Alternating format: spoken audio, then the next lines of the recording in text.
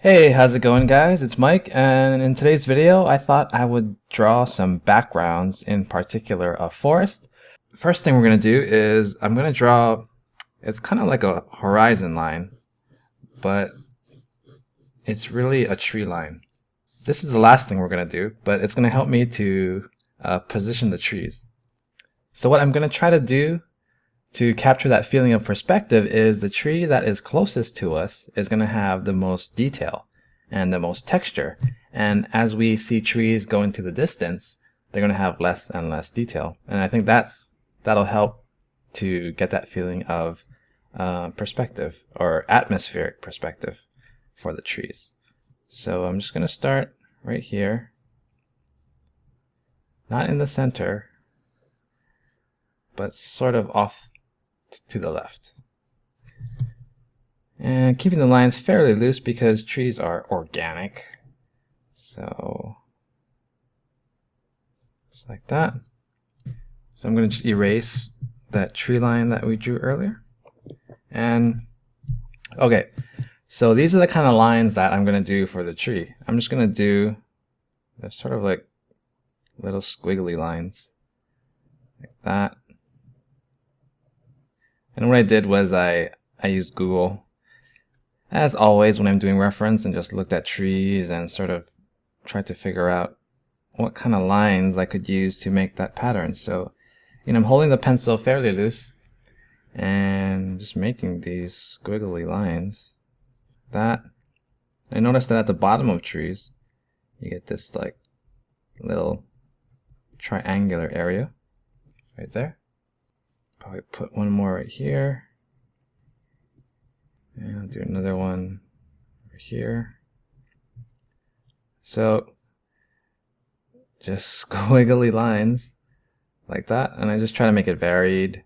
And besides these kinds of lines, you can do like these little lines like that. It helps to get the feeling of, I don't know, bark. And another thing that you can do that I like to do is I make sort of these curves so that these curves help me to describe the shape of these roots because they're round, right? So I'll just do some here. You can even put them inside the tree like that. So this tree is going to have the most detail. So it's going to have all this texture and all these lines. So I'm just putting these lines everywhere. And besides that, I want to put some plants. So just like a flick of the wrist for these stems. And I'm going to put some leaves. Fairly big. Just like that. Again, just flicking the wrist like that. Put some grass on the other side. Some more of the leaves. I think it's also good to overlap the tree just a little bit. Some grass here. Now for the second tree, what I'm going to do is I'm not going to draw it the same size. I'm going to draw it smaller, and I'm going to put it in this space. But instead of putting it right in the middle of this space, I'm going to position it slightly to the right. And I'm also going to add these lines on the ground. Again, just squiggly lines, so that we have some kind of texture on the ground. So lines go this way, and then it's going to zigzag towards the back like that. I guess my thinking is that these lines will help to lead the eye to the next tree, which we're going to place right here. So this is the base of the first tree. The next tree we're going to place higher to this line, like over here. And we're going to make it not as wide as this one. We're going to make it a little smaller. So we'll get that feeling of depth. So I'm going to start it maybe here. Again, just doing some random shape.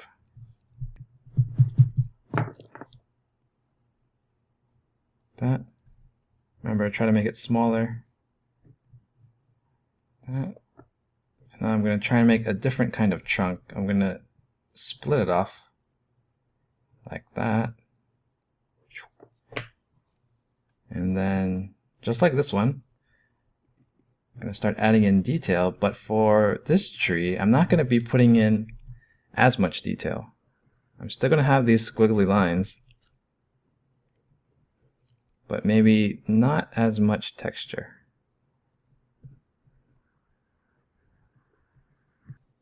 Alright, and just like this one, I'm going to draw the plants, but I'm going to draw it smaller. Maybe like that. Some on this side. Same thing with the grass. Oops, it's a big blade of grass right there. And so you can also create that depth by putting grass between this patch and this patch.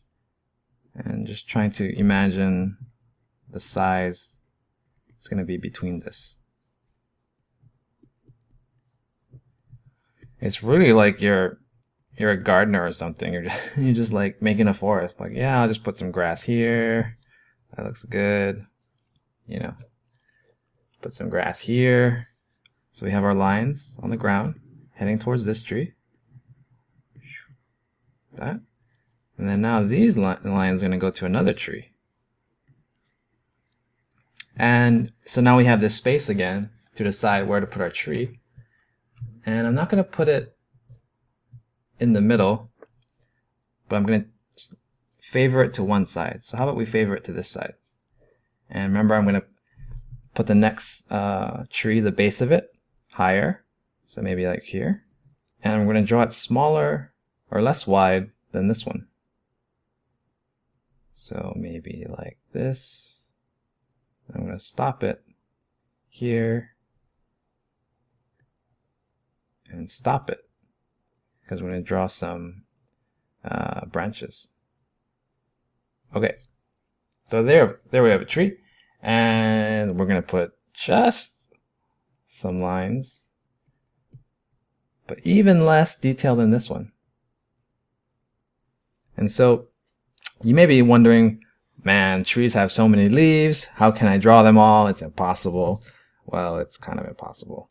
So what you do is you have to simplify all the leaves, and you simplify them by making them just one big shape. So let's say we start here and keep this line irregular. Like that. Continue it here. Maybe it goes down. Overlaps the other tree. And put another line here.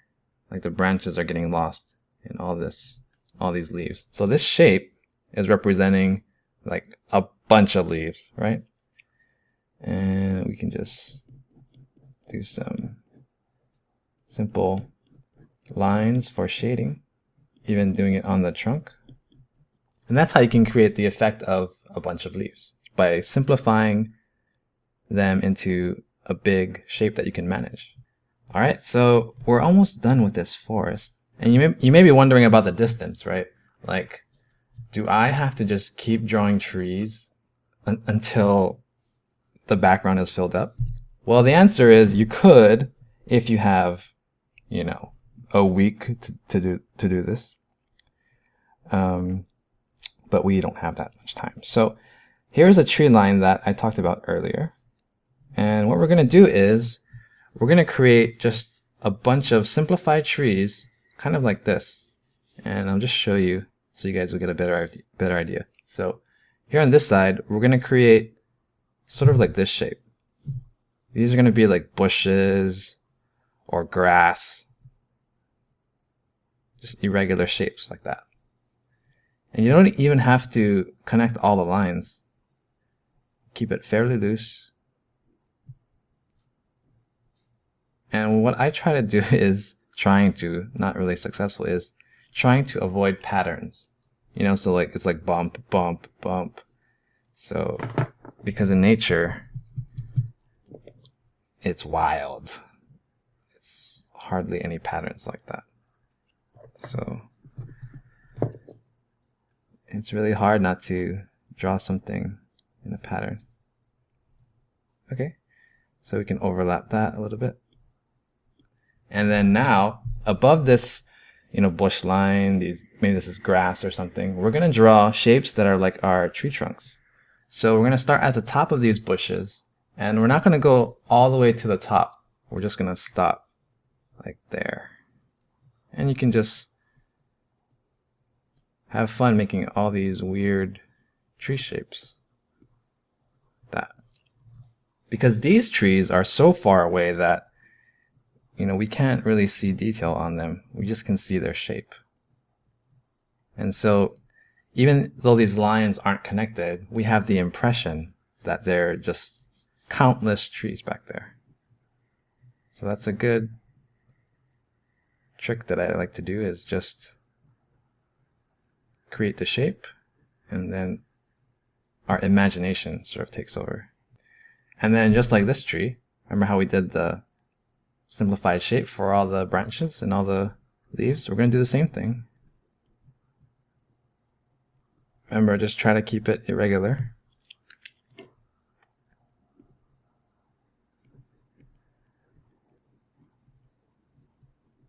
And what you can do is similar to this. We just add a little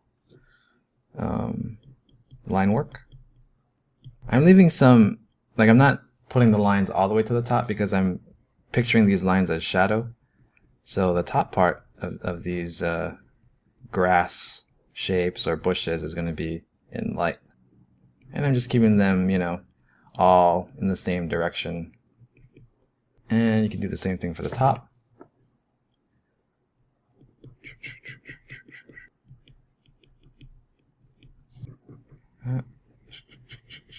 Alright, and so you remember, let me zoom out just a tad. So you remember these lines that we drew in the ground? And they head off into the distance?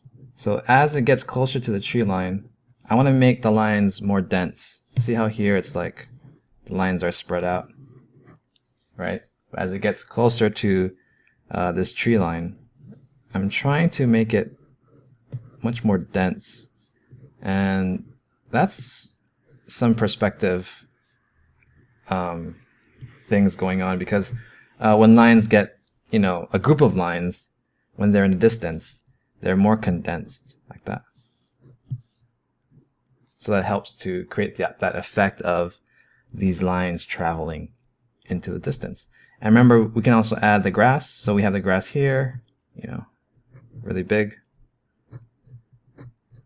like that. And remember, as it,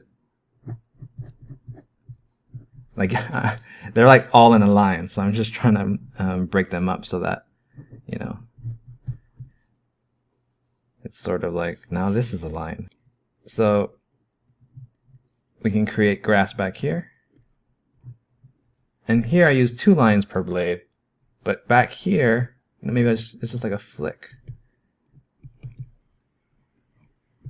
And you put some back here, getting smaller and smaller as you head into the distance. Okay, so stuff in the foreground, closest to us, going to have a lot of detail, right? A lot of detail. And things in the back, as we get farther, have less and less detail. So this tree has less and less detail. This one, barely any detail. And these trees are just shapes. Can't even see any detail. And what I also want to do is I want to add some shadow to show you guys more ways that you can add depth to your drawing. And what I'm going to do is I'm going to put this tree in partial shadow and pretty heavy shadow. And as we get farther and farther away, there's going to be less and less tone. And that's part of atmospheric perspective also, as when things are in the distance, they become faded, especially in LA with smog. But even when there's no smog, it's like the light gets between your eyes and the distant object, and it changes the color and the tone of distant objects. So things in the distance can be less faded. So what I'm going to do is I'm just going to shade this tree in. I'm going to leave some spots open. It's kind of like, you know, open spots in the branches. So maybe just like 3. That'll be good. And I'm going to keep this sort of irregular, pattern. Just shade this in. This is a Tombow 5B. 5B lead is really soft, so it's generally a little darker than HB or B. So I'm using that.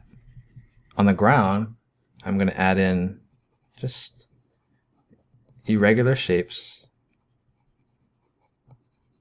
This is like the branches above, just casting shadows.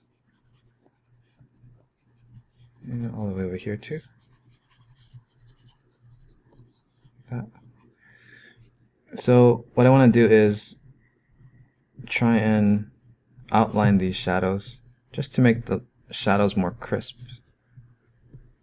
And when you add this shadow, you might want to go back into the drawing with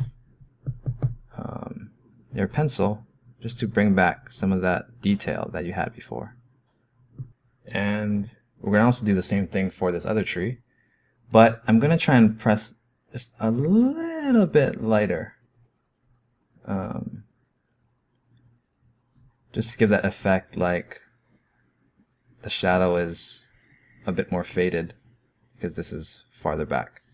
And I'm going to create the same sort of pattern.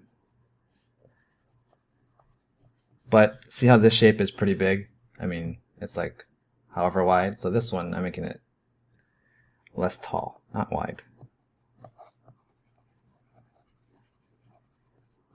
Hopefully you guys had fun with that and gave you some ideas for drawing your own forest. Remember, if you need reference, just go outside, look at trees. There's so many trees. I don't even know how many types of trees there are. You can Google it, or even look in your own favorite manga and see how other artists have done their trees. And there are just like so many different ways. So just try a bunch and see what you like. Alright guys, so that's about it. Have fun, and I will see you guys later.